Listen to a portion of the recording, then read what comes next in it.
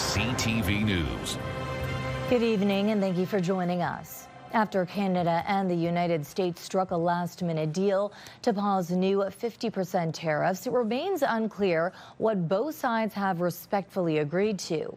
While Donald Trump is boasting about it, Prime Minister Mark Carney will only say the agreement reinforces the Canadian advantage. CTV senior political correspondent Michael Couture has the latest from Washington. After an intense week of negotiations, Canada-U.S. Trade Minister and his American counterpart emerged shoulder to shoulder, happy with the tentative deal they've reached. We've reached an agreement that will not only continue to protect American workers, American jobs, American supply chains, but really strengthen the North American economy and create a situation where North America will continue to be an energy powerhouse. Three sources tell CTV News there are reductions in the Section 232 tariffs on the table as part of the agreement. Those would affect industries like steel and aluminum. We may bring some of the tariffs down to a level where other countries are, because Canada was paying a higher tariff. U.S. President Donald Trump has long complained about American access to Canada's supply-managed dairy sector. And he's claiming there is a deal on that, too. The tariffs will be non-existent for our farmers. Our farmers were paying tremendous tariffs into Canada, and those tariffs are going to be totally eviscerated, down to zero. LeBlanc tried to reassure reporters that the decades-old system isn't disappearing. The Prime Minister was very clear. We needed to protect supply management. We needed to ensure that the supply management regime remained entirely intact. And I'm confident that that's the case. On social media, Prime Minister Mark Carney stated this agreement is, quote, securing the best terms in each of Canada's most important strategic sectors and providing greater certainty about our future trading relationship. A source with knowledge of the talks tells CTV News there is now a clearer path to the renegotiation of CUSMA, where other issues could be finalized. After returning to Ottawa, LeBlanc joined Carney to brief both Cabinet and the premiers about the talks. And a key American irritant was addressed. The Prime Minister has asked us as premiers, as provinces, to return the U.S. alcohol to the shelves, so we'll work through that process. With the new deadline now just 2 days away, Canada's lead trade negotiator, Janice Charette, will remain in Washington to continue talks until the deal is officially done. Michael Couture, CTV News, Washington. As you just heard, a key American irritant, U.S. alcohol from Canadian shelves. With more on this, here's Mike Walker. American alcohol might end up back on store shelves amid a tentative trade deal with the U.S., but many consumers say the ongoing trade war and its tariffs has left them with a bad taste. We'll stick with Canadian products, thanks. We've changed our shopping habits and we're going to keep that up. Others say they've adapted. We found it no challenge really to move on from American red wines to Australian and South American red wines. American alcohol has been a bargaining chip in trade talks with boycotts in place in all but 2 provinces. The U.S. alcohol industry is hoping relations can return to normal. 73% of our exports, historically, the United States exports about $220 million worth of American spirits to Canada, and that's all but been shattered. But acknowledges there's no guarantee that Canadians will buy U.S. booze again. In fact, if American alcohol returns to shelves, a recent poll from Nanos Research for CTV News found 74% of Canadians are unlikely to buy it. I don't think that I'd go back to Kentucky bourbon. I'm quite happy with Crown Royal so long as they bottle it in Canada. I like California wines, and I want Ford to put it back. I like the California wines. I miss them. Marketing experts suggest dedicated consumers will rejoice not to cross-border shop for U.S.-made beer, wine, and spirits, but say it will take significant time for American brands to rebuild popularity in the Canadian marketplace. Because people do develop habits, and those habits tend to have some degree of stability over time. Ontario cleared and boxed up American products from LCBO shelves in early March 2025 in retaliation to sweeping U.S. tariffs imposed on Canadian goods. Premier Doug Ford stated last week the ban could be lifted if there is a fair deal that protects Canadian industries. Before anything happens, we protect our auto sector, our steel sector, our agricultural sector, our forestry sector. Looking at the bigger picture, many consumers still leery. I don't trust anything Trump says. I never have. If this is in fact a done deal. Mike Walker, CTV News. So we send CTV's Heather Wright to the Canada-U.S. border in Niagara Falls to find out overall how both Canadians and Americans feel about this tentative deal. More than 20 million people visit Niagara Falls every year. Tourists from around the world, as well as those from the two countries that share this landmark. So we stood on a corner in the tourist area, and it didn't take long to find Canadians and Americans with opinions on this trade war and the possible deal to end it. I think the whole thing's kind of ridiculous. Like, we should have a good relationship with Canada. I hope it's over, and I hope it doesn't happen again, but we've gone through this multiple times. There was skepticism among many, not just about whether this deal will get done, but also whether U.S. President Donald Trump won't change his mind down the road. He, goes one way one day, and then, 3 weeks later he goes, oh, well, that was the worst deal ever, and, so who knows what's going to happen. With the cost of living high in both countries, some are hopeful a deal will ease at least some pressure on finances. I mean, the price of everything has gone up, so yeah, we definitely would prefer if our government made some different choices. And while some believe concessions are necessary, we can get some middle term to end this battle. Others want Canada to hold strong and not bow to unreasonable demands. If it doesn't work for both of us, then let's not do it. We don't want to play this administration's game. Elizabeth Wennick is worried that a deal could allow more products, some produced with lower standards, into this country. We need to stand firm on all of our standards and keep them high. And while a deal seems imminent, there are many Canadians here who would be fine if the government kept fighting to stand up for Canada's interests. We can do better. We're Canadians. We have more power than we actually use. For John Dickinson, he's just tired of the whole fight. How about we just play like nice children in the sandbox instead of, well, I'm bigger than you and I'm just going to bully you. And that's all it is. And while there is hope that this trade war will soon be over, many acknowledge that it's unlikely the tension between the two countries will end overnight. Heather Wright, CTV News, Niagara Falls, Ontario. Gas prices have been bouncing around all summer, and now a 10-cent a liter tax break is running low. Ottawa is set to restore the federal fuel excess tax on September 8th. CTV's Travis Fortnum has more. For Laura Plant, summer road plans have come with a pricey pit stop. It's something we have to factor in now that we didn't always have to. Filling her Ford Bronco Wednesday, she's paying $1.70 a liter for regular, a few cents below Windsor's roughly $1.74 going rate. And the forecast, another penny up overnight. The pump price pendulum has been swinging for weeks. In the last month alone, Windsor has ranged from about $1.59 to $1.85 a liter. I know it can impact families in a very serious way. As prices spiked in the spring amid global oil disruptions, Ottawa hit pause on the federal fuel excise tax, cutting it from 10 cents a liter on gas to zero. That pump pause runs dry in less than 3 weeks. The government plans to crank the gas tax back up, so this is very urgent. The Canadian Taxpayers Federation wants to see that 10% break made permanent, stopping in Windsor Wednesday as it takes that pitch on the road. Canadians are making it crystal clear.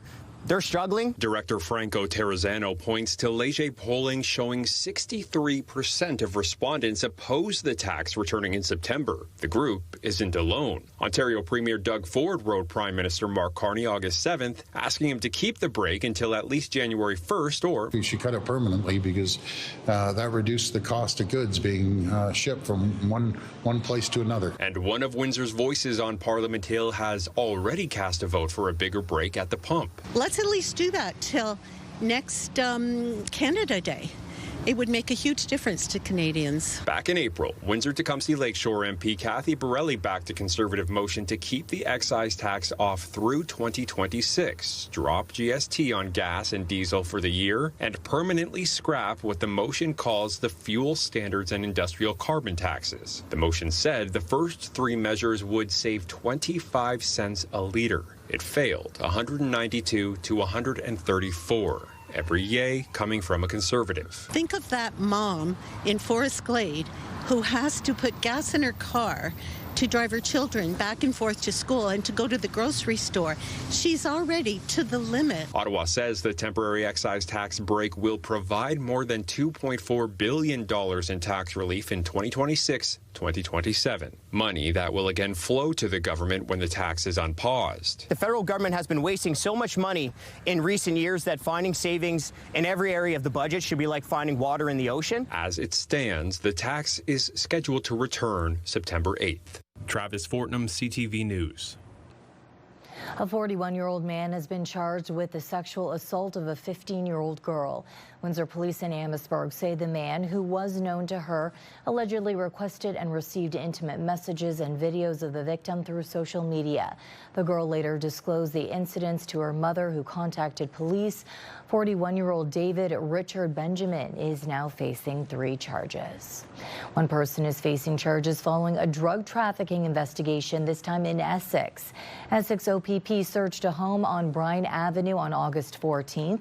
Police say they seized nearly $22,000 worth of items, including fentanyl and methamphetamine, along with property they believe was obtained through crime. A 43-year-old woman from Essex is facing a charge of possession for the purpose of trafficking. Also tonight, a church vandalism suspect is wanted by Windsor police. Investigators say on August 7th, the man was caught on surveillance video throwing rocks through 2 windows of a church in the 100 block of Giles Boulevard East. He then reportedly ran from the scene. The suspect is described as a man with a medium complexion and a black and gray goatee. He was seen wearing a blue Toronto Blue Jays hat, blue jeans, and black and purple shoes. He was not wearing a shirt, but had a black shirt hanging from the waistband of his pants. A fire that caused an estimated $70,000 in damage at a Windsor men's transitional home has forced roughly 50 residents from the building. Hand in Hand is working to rebuild its kitchen and bring its residents home. CTV's Sanjay Maru has more. For the roughly 50 men who call Hand in Hand Support home, this building is more than a place to sleep. It's where they take part in a 90-day program designed to help them move forward in their recovery. So in recovery, there's a couple really important things: coffee and food. We serve 150 meals a day. And we do that, and we rely on that solely on donations and working within other organizations. But shortly after 10:30 Monday night, fire broke out in the home's kitchen. The building's commercial fire suppression system kept the flames from spreading, but smoke caused damage throughout the home. Fortunately, everyone made it out safely. So having our kitchen back up and operational is an absolute necessity. However, also having our building back up and running to get our folks back into their programs, get them back into life, is equally as important to us right now. The building remains without power, forcing all residents and staff to move to temporary accommodations. Hand in Hand relies on donations to serve about 150 meals each day. When news of the fire reached the Windsor Food Spotters Facebook group, Administrator Sean Risk, along with Juanita Hurst, put out a call for help. It's a blessing to see that the amount of pull that community has really makes the big difference and pushes the needle for people that need it the most. And the community responded. Local restaurants and food businesses have committed hundreds of prepared meals, along with pizza, chicken, corn dogs, and donuts, with donations being staggered to support residents while the kitchen remains closed. Probably about 20 unread messages right now in my inbox. I'm trying to get to everybody while I'm at work right now, so I'm trying to respond to everybody, but there's so many people that want to help out, even people that aren't even in the restaurant business, just regular people that just have seen what has happened and they want to contribute. Hand in Hand says there is no firm timeline on when the building will reopen, but while its residents may be displaced, the organization says the community has made sure they are not facing the aftermath alone. Sanjay Maru, CTV News. Cyclists hitting the dirt trails in Amherstburg will notice an added feature to the growing trail system. A trail kiosk officially unveiled tonight, which features a map of the trails and offers a bike repair station and bench for seating. The kiosk was designed and installed by 4 Millwright students and 8 architectural technology students from St. Clair College in collaboration with Windsor Essex Bike Community, or WebC. WebC has built 3 phases of mountain biking trails at the Libro Center in Amherstburg. Work on the 4th phase, the Skills Park, is currently underway. It really cements the Libro Trails as a legitimate network, and we couldn't be more happy with the partnership with St. Clair. CTV meteorologist Gary Archibald has your full weather details coming up in 2 minutes' time. And still ahead, Amazon targets 500 cities for ultra-fast drone delivery expansion. The next few days looking pleasant. Gary joins me again for an extended look. Gary. Stefanie, I think Thursday, a mixture of sun and cloud, perhaps a little bit more cloud than sunshine, but fair and comfortable. Today was warm, slightly above seasonal, but fair and comfortable. And then I think Friday's even sunnier. The weekend, a bit of a mixed bag. Might even see some rain showers both days. More on that in just a moment. Reached a high of 28.4. Our average is 26.4, 2 degrees above seasonal. The low was just above 19 degrees Celsius. Our average low is getting closer to 16. So those are the numbers just to give you an idea. Yes, in general, we are cooling down as the summer starts to wind down. Big front passage well to our east, so that leaves in behind it some drier air. There are a few scattered showers over Lake Huron towards Georgian Bay and the Bruce Peninsula. I'm not anticipating any major issues in terms of active weather. Very slight chance of some scattered showers for Thursday in the morning. Might just clip us over Amherstburg, Pelee Island, and LaSalle, but nothing major at all. If we do see it, it's light and scattered and really not much to write home about.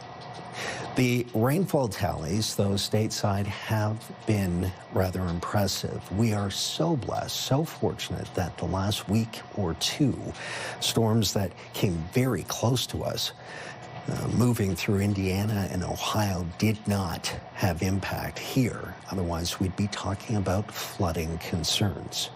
Overnight temperatures looking at about 19 degrees Celsius, the lowest temperature before dawn Thursday morning.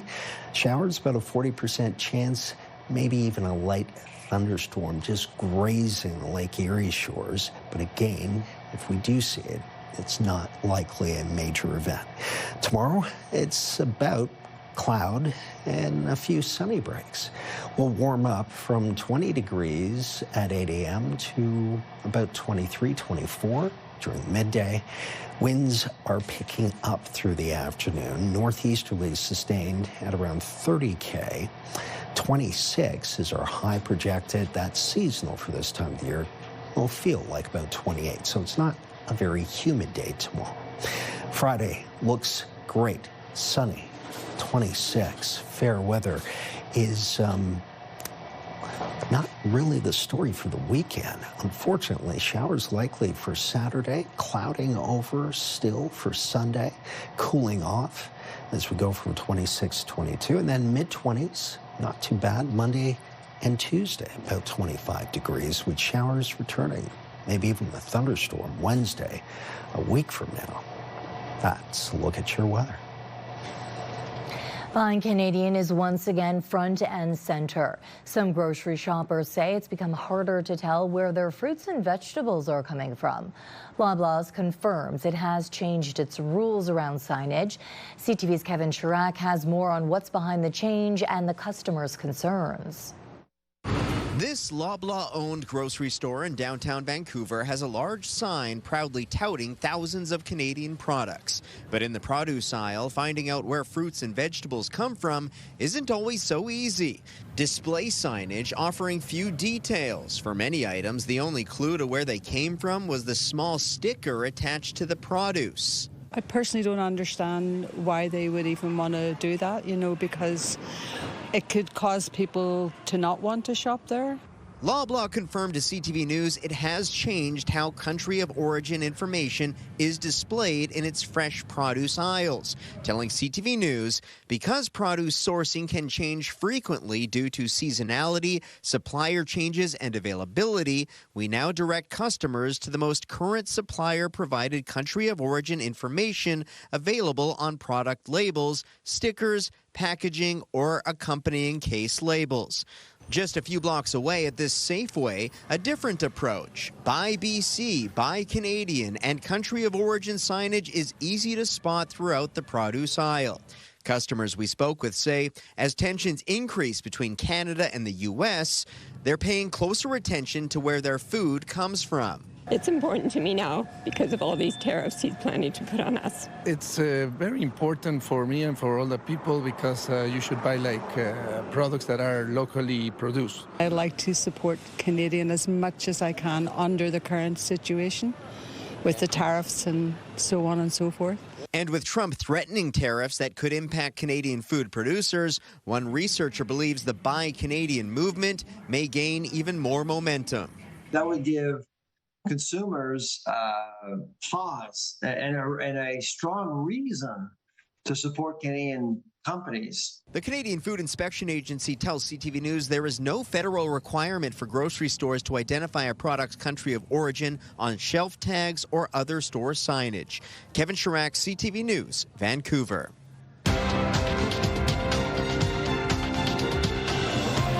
In Toronto, the TSX gained 34 points. In New York, the Dow added 120, the Nasdaq is up 41.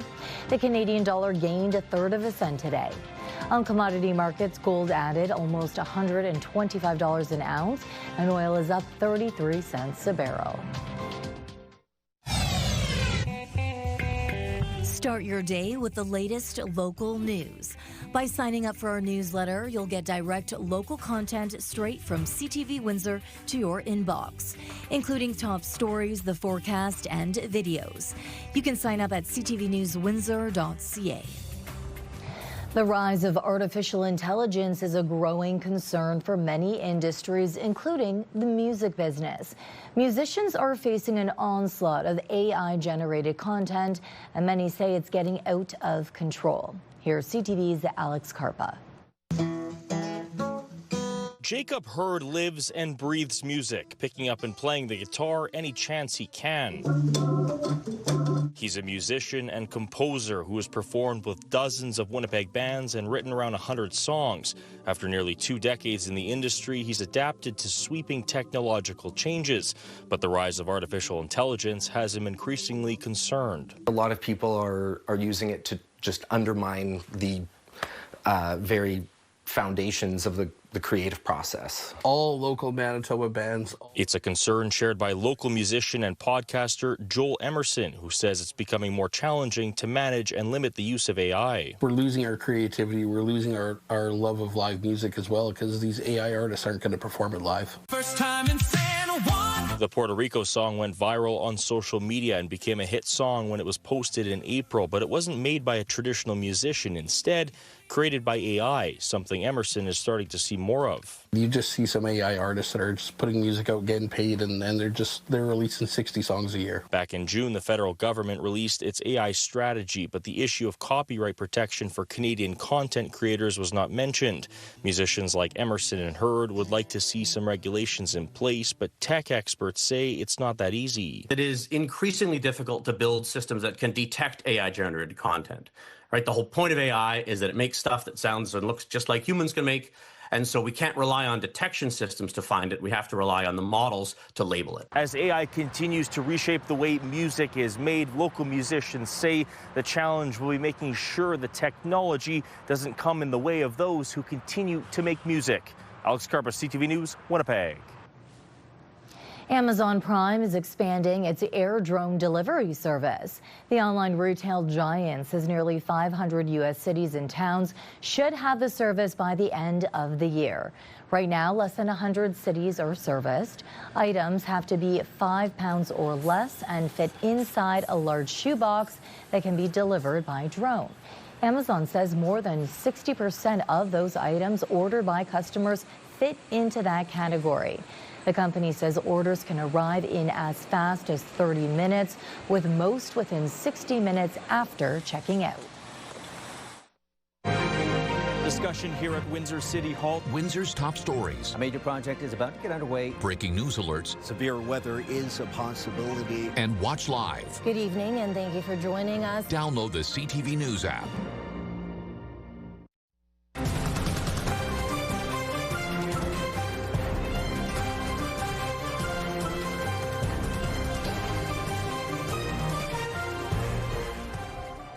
With the final look at the weather tonight, Gary joins us one last time. Gary.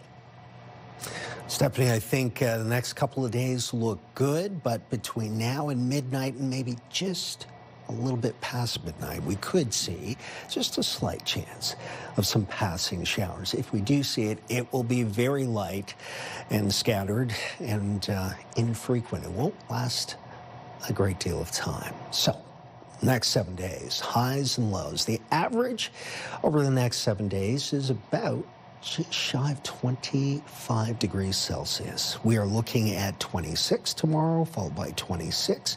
Cloudy day tomorrow, but fair and sunshine. Friday looks like showers are a possibility and a cool down for the weekend. And then next week, averaging about 25 degrees Celsius, which would be expected at this time of the year. Monday, Tuesday, fair. Wednesday, not so much, with some passing rain, maybe a thunder shower as well. Stefanie? The sixth leg of The Amazing Race Canada aired last night and is now available on Crave. That one must be mine. Well, that one must be yours.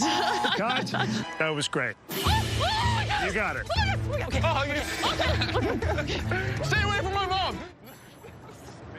Mother-son duo Amin and Soraya representing Windsor. On the first detour, they had to memorize 10 dim sum orders given in Cantonese and then serve the correct dishes to receive the next clue. They then headed to the Canadian Community Table Tennis Association in Markham to face off with another team at ping pong. Soraya then had to memorize and perform lines from a rom-com movie. They finished second on the mat. Their best finish to date. Where will they land next week? We'll have to see. That's your news for tonight. Thank you for joining us. See you tomorrow.